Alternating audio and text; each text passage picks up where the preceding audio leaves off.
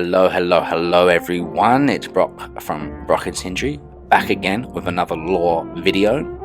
This time we're starting off a new series and we're looking into Bioshock. We have never made a video on Bioshock on this series. We may have mentioned it once or twice in passing on other videos, but what a great series, what great lore, and let's get stuck straight in. And where do you start when you're starting a series of lore on Bioshock? You have to start with where it all began, and that is Rapture.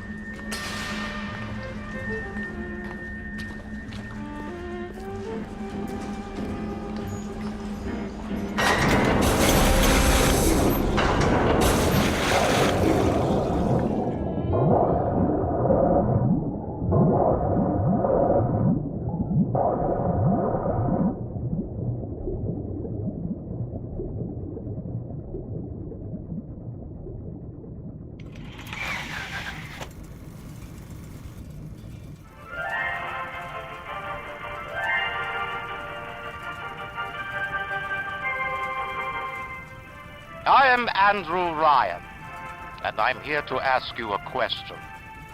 Is a man not entitled to the sweat of his brow? No, says the man in Washington, it belongs to the poor. No, says the man in the Vatican, it belongs to God. No, says the man in Moscow, it belongs to everyone. I rejected those answers.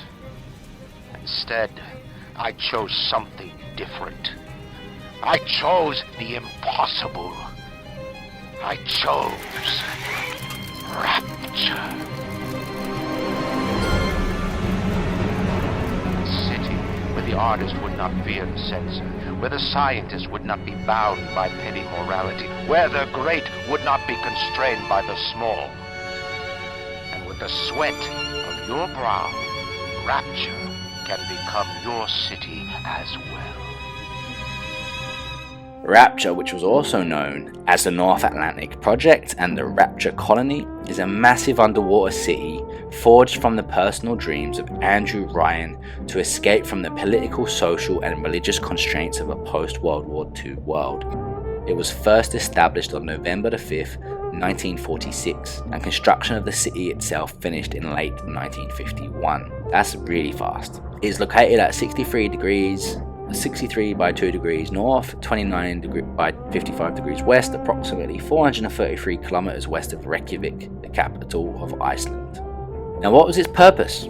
Well, Andrew Ryan named his city after the goal he set in mind, to create a paradise free from the influence of those he deemed parasites, a place of true rapture. Well, in terms of its philosophical underpinnings, rapture can best be described as a gulch, which is a term derived from Galt's Gulch in the Ayn Rand novel Atlas Shrugged, which is a localized underground economic and social community of free-minded individuals. It differs from a commune in that it is uniquely freedom-focused and so upholds individual and property rights rather than operating by the rules of a collective community. The original goal of Rapture was to create a laissez-faire society free of religious and government interference of any kind, where any citizen could prosper for his or her own gain without being hindered by the needs of others. The world's best and brightest would be granted freedom of will and choice in Rapture, unrestrained by government, religion, and other such established institutions.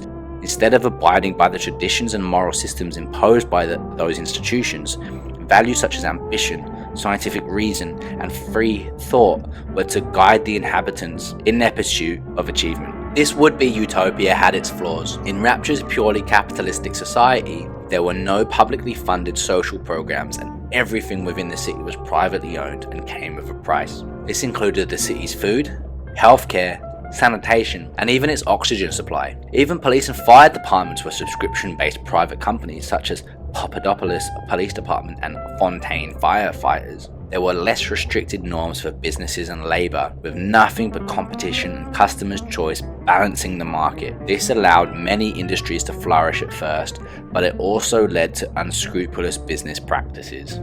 The system alienated Rapture's less fortunate citizens who, as their situation deteriorated, began to resent Ryan's society as cold-hard and elitist. Andrew Ryan's hostility and growing paranoia towards parasites and others he suspected of undermining his vision kicked into a motion chain of events that would ultimately lead to Rapture's downfall, and Ryan's as well. Now we have to give you, obviously, a spoiler alert if you haven't played the game and you plan to. Let's go into the history and the origins.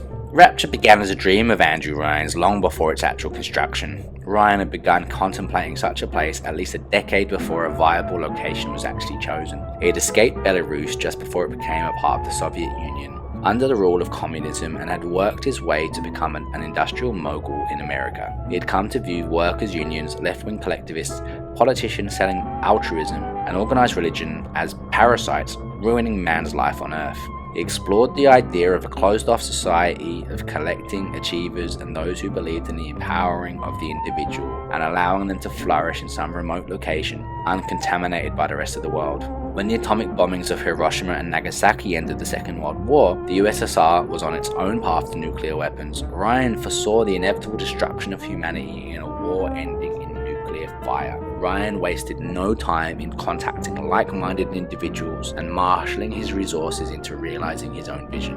His city, Rapture, would be built on the sea floor in the North Atlantic, with a suitable location being picked in between Iceland and Greenland. One of the first involved was Sullivan, a trusted man who was already in Ryan's employment at the time. With Sullivan's experience in law enforcement, he was made head of Rapture's security. Ryan gathered many construction experts and secured the architects Simon Wales and Daniel Wales to draft the design for many of Rapture's buildings. Needing workers to build Rapture, Ryan hired many of the most talented and skilled engineers, workmen and mechanics. Many, like Bill McDonough, shared Ryan's ideals and saw Rapture as a new start where they could rise above the impairments of the parasite-ridden world through construction. So beginning in late 1945, Ryan contracted a series of companies to begin the construction of Rapture at the selected location. Ryan and his associates secured the manufacturing materials in secret so as to avoid attracting unwanted attention. These resources were then transported by ships like the Olympian, thousands of miles across the North Atlantic to the project's site. There, the materials were submerged to the ocean floor via a giant state-of-the-art submersible platform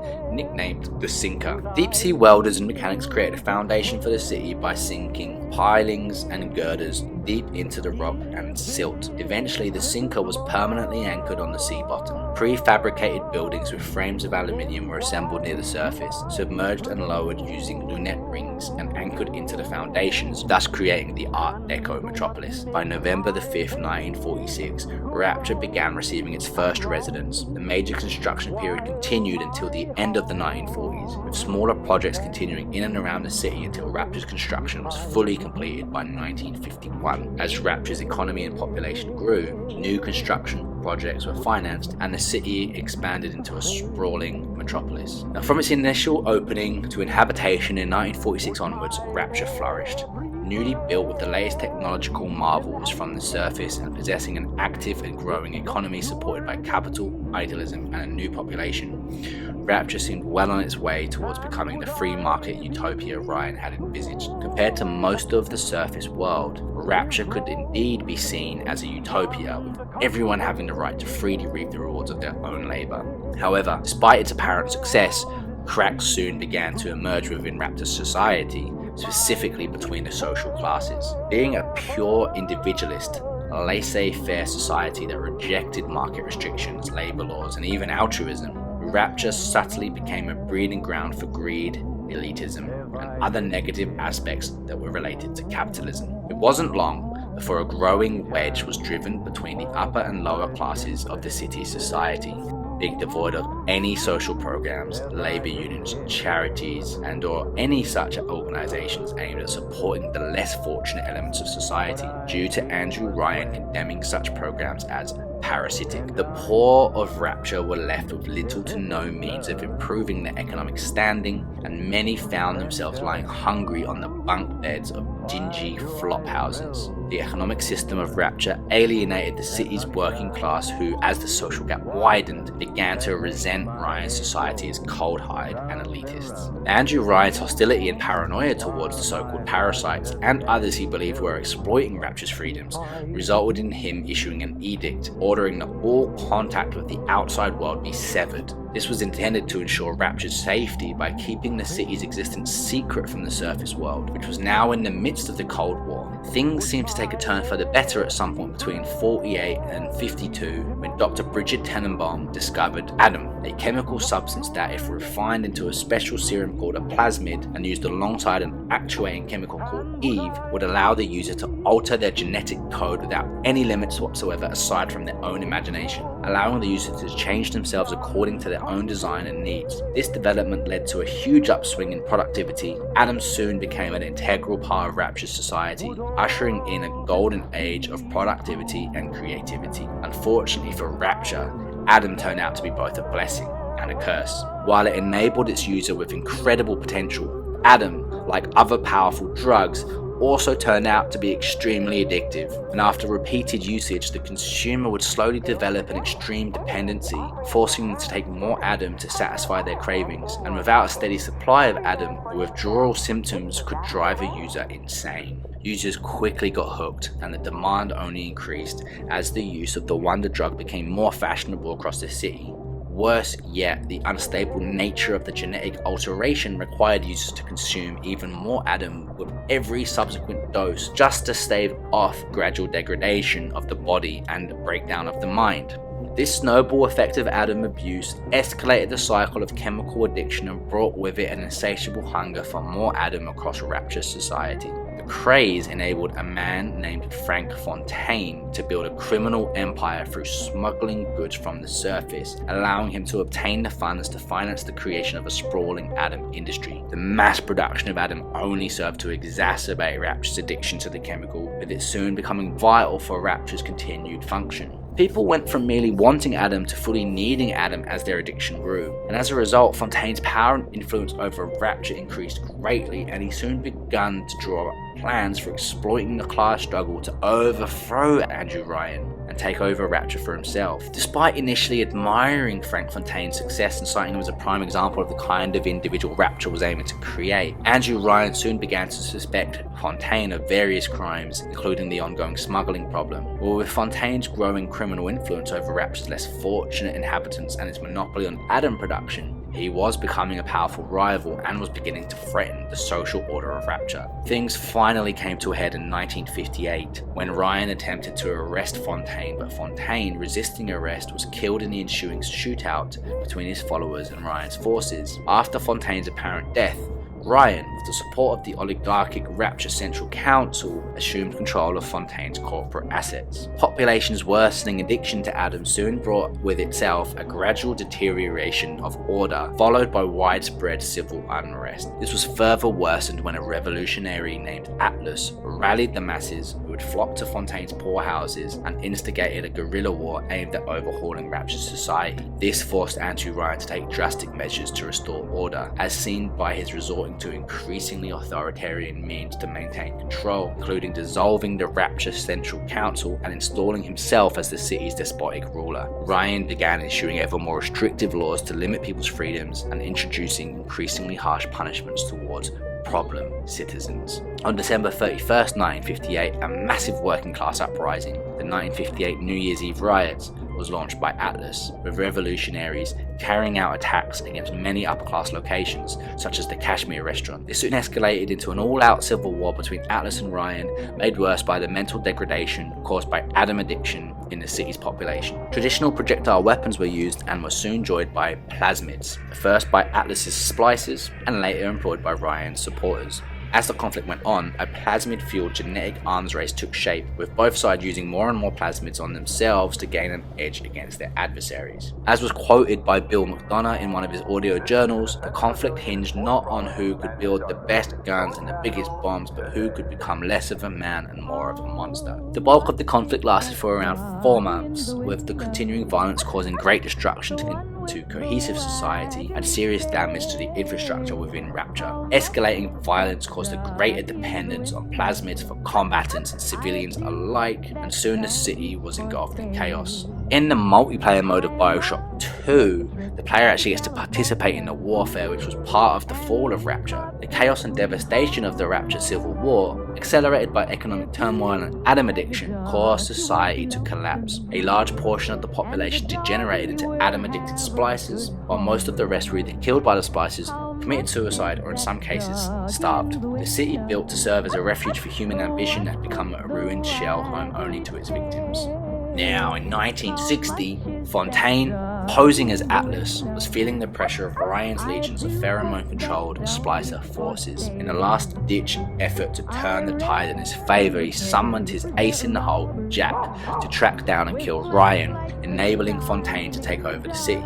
After a year of ceaseless civil war and ruinous violence, Rapture is severely damaged and teetering on the verge of total collapse. Water constantly leaks in virtually every corner, and splicers roam about the passageways, looting or killing everything in sight. As bad as it is though, Rapture is still being held together by Ryan. Automated repair systems and the Big Daddies keep the city from falling apart. Mistaking Jack for a CIA or KGB spy sent to report Rapture's location, Ryan sends waves of splicers to deal with him, to no avail. Losing his patience, Ryan chooses to destroy Arcadia's trees, depriving the city of its oxygen supply and trapping Jack in an area-wide lockdown. Jack, with the help of Julie Langford, manages to restore the foliage of the Arcadia and continues on to Hephaestus and Ryan's office. As Jack journeys on through Rapture, unabated by the bathysphere lockdown, the splicers and the security measures, Ryan slowly begins to piece together Jack's true identity.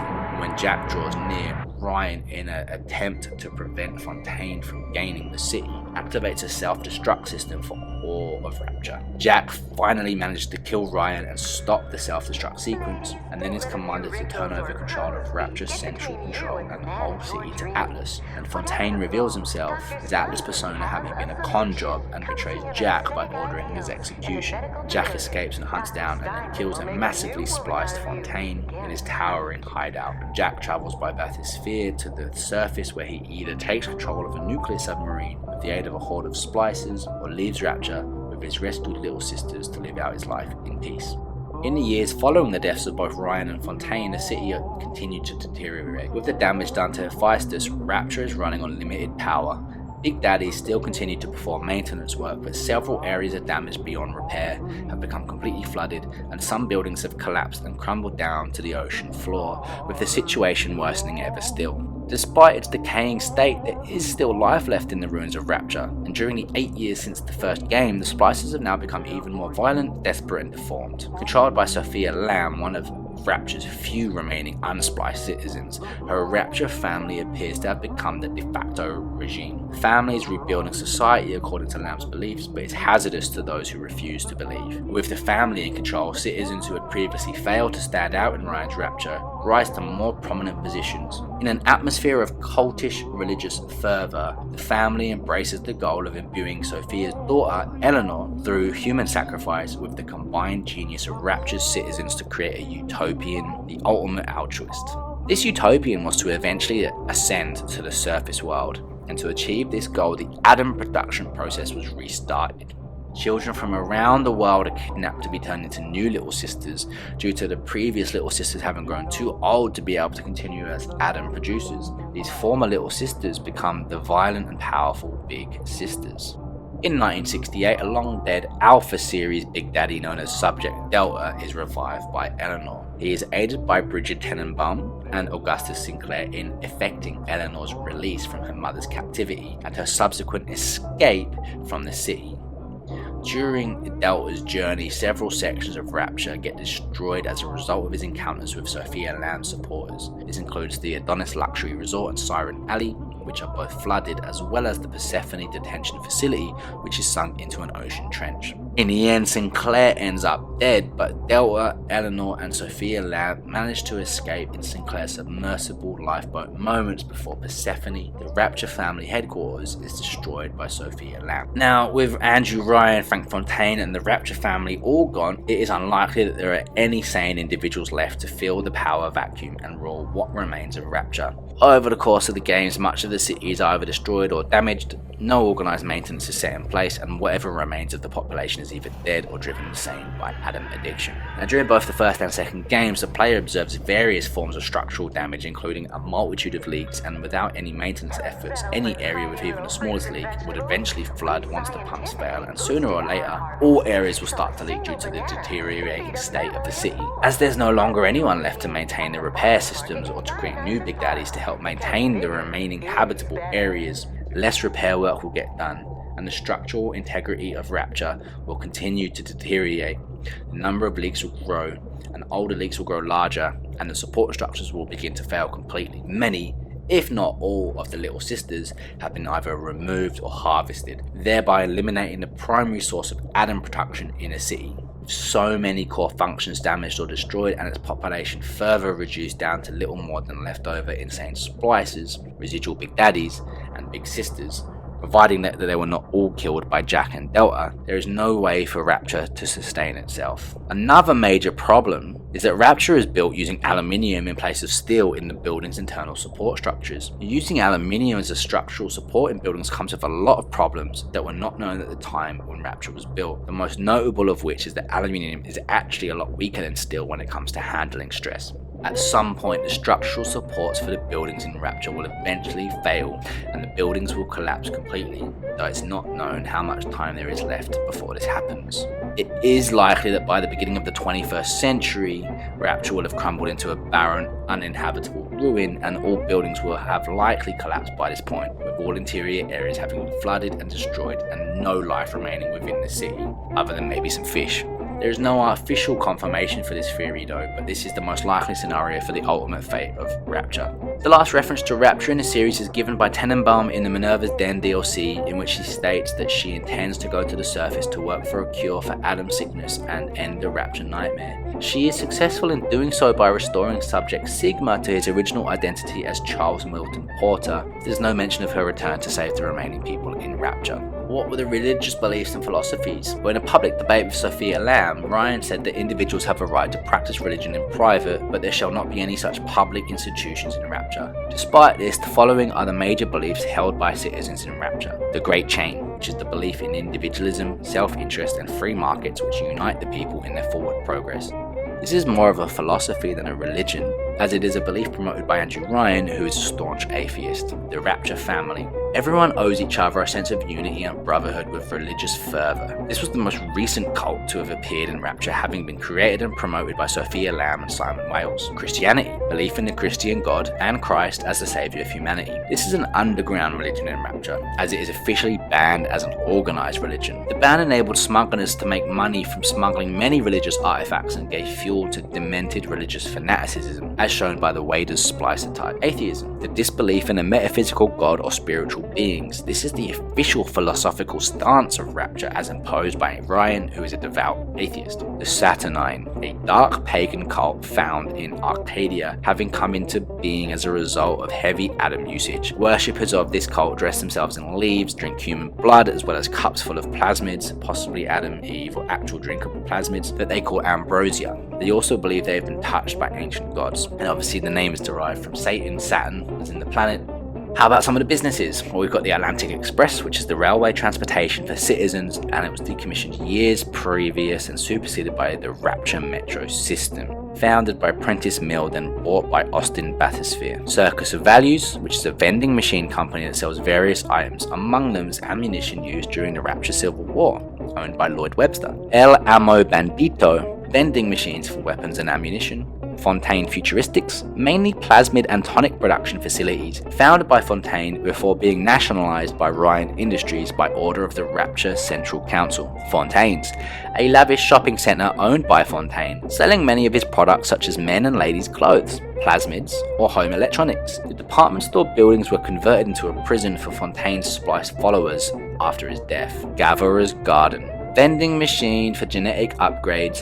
This business dealt with Adam as currency and not common money, a subsidiary of Ryan Industries. Jet Postal, the main citywide system for distributing mail and parcels through pneumo tubes. Power to the People, free vending machines for custom weapon upgrades, belongs to Fontaine Futuristics. Rapture Central Computing, computing and calculation data for Rapture, performs computations for other businesses and operates and manages automated systems of Rapture through The Thinker, co-founded by Charles Milton Porter and Reed Weil. Rapture Metro, a consolidated transportation system carrying citizens to areas of the city, founded by Anton Kincaid. Ryan Industries, construction, utilities, and product development, parent company for many other businesses in Rapture, founded by Andrew Ryan.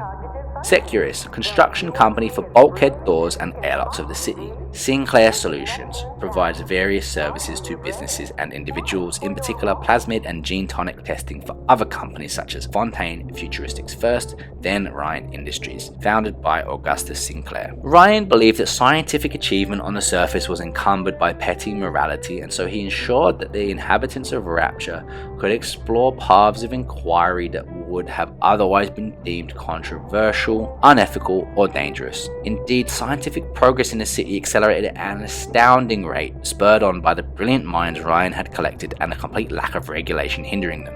However, no one anticipated that the unbridled innovation could become a double-edged sword. Scientific breakthroughs were made in nearly every field. Great advances in computer science and robotics brought about unprecedented creations like the Thinker, as well as multiple series of smaller machines designed for everything from domestic housework to automated security systems. And in the field of biology, developments reached as far as the restoration of life, both in plants, the Lazarus vector, and humans, the Vita chamber. There were also some technological advancements regarding items that were created years before they were commercially available on the surface, such as portable audio recording devices, about 5 years earlier, automatic doors, 8 years earlier at the most, and vocal biometric security. One of the major breakthroughs achieved in Rapture was Dr. Bridget Tenenbaum's discovery of Adam, unstable stem cells from a species of sea slug. This led to the creation of plasmids and gene tonics. It allowed a user to splice new genetic material into their DNA, enhancing health and intellect, and giving extraordinary powers to the human body. As mentioned earlier, it was prone to cause physical and mental disruption and damage as more of the user's native cells were replaced by unstable stem cells. Transportation. Well, within Rapture, it's mainly provided by Rapture Metro, which is a public transportation system consisting of bathyspheres and tram cars in which citizens access most areas of the city. One terminus of the Rapture Metro system is the bathysphere dock inside the remote lighthouse in the North Atlantic, which is Rapture's primary entrance to the outside world. Another mode of transportation within Rapture is the Atlantic Express, pressurized rail system for moving a larger number of citizens, though this mode of transportation was mostly decommissioned years before the time of the original Bioshock game, which was in 1960. Adjacent areas of Rapture are connected through bulkhead doors. Areas within some levels are connected by glass tunnels, small ones for pedestrians, larger ones for the system of railed tramways. Rapture is intentionally isolated from the world, and the primary mode of access via bathyspheres traveling down from the lighthouse, which was perched on the island above. We look a bit of like behind the scenes, trivia, notes, that kind of stuff. The names of a majority of the locations in Rapture are inspired by gods and locations from ancient Greek, Roman, and biblical culture. Although contact with the surface had been forbidden, the surface bathysphere was not disabled, although still under genetic lock. Jack, Oren, Oscar Lutwidge, and Mark Meltzer were able to enter Rapture via this method. The novel Bioshock Rapture establishes that maintenance crews were allowed to visit the lighthouse to conduct repairs, but their exposure to the outside was minimized. Much of the external architecture of Rapture was inspired by the Art Deco architecture of New York City, particularly the Rockefeller Center, and the work of Hugh Ferris, who created perspective drawing of New York buildings in the early 1900s. It's also evident in a promotional image of Rapture, where the building with a clock on it is modeled after the Paramount building of New York City. And Rapture is kind of similar to the mythical lost city of Atlantis in a lot of respects. Both of them are cities isolated from the rest of the known world, and their inhabitants were able to master technology far more advanced than what had been discovered elsewhere. Both became plagued with corruption, which led to their eventual ruin. Moreover, one of the chapters in Atlas Shrugged is called Atlantis, and the mythical city is likened to Gulch by the characters. And the name Rapture is inspired by the biblical concept, meaning an event in which the faithful will be taken to heaven. In this case, the smartest and most artistic flock to Rapture. As seen in Deco Devolution, the art of Bioshock 2, Rapture is anchored while drilling piers. A huge cavern is discovered directly below. In Bioshock Infinite, the Welcome Center that Booker and Elizabeth find themselves in is not identical to the Welcome Center at the start of Bioshock. The Gatherer's Garden machine in the bathysphere station is completely empty, suggesting that Booker and Elizabeth arrive at some point after Jack's first arrival in Bioshock. Outside the building, there is a tunnel in which a little sister mourns her big daddy. Said tunnel was not present in the original game. Ryan went to great lengths to keep Rapture secret from the surface. However, bottles of Arcadia Merlot that contained an invitation to Rapture were found on coasts around the world on August 8th, 1968. Also, according to the Fact from Myth promotional video for Burial at Sea, episode 1, other clues have been revealed to the world by the 1980s, with the discovery of a steamer trunk washed up on the New England coast loaded with artifacts from Rapture. And that's what we've got on Rapture. I hope you guys are keen and interested for the coming series of Bioshock lore. There's obviously a lot of videos that we can make. I'm looking forward to it. Researching has been great. The next video is going to be on the Sky City, known as Columbia, from Infinite. And then we're going to get sort of nailed down into characters and some other stuff. If you guys want to see more, give us a like, give us a share and subscribe. I never really ask for that, but I would definitely appreciate it. And if you have any suggestions, then let me know in the comments. Otherwise, we'll see you in the next lore video. And with the sweat of your brow, Rapture can become your city as well.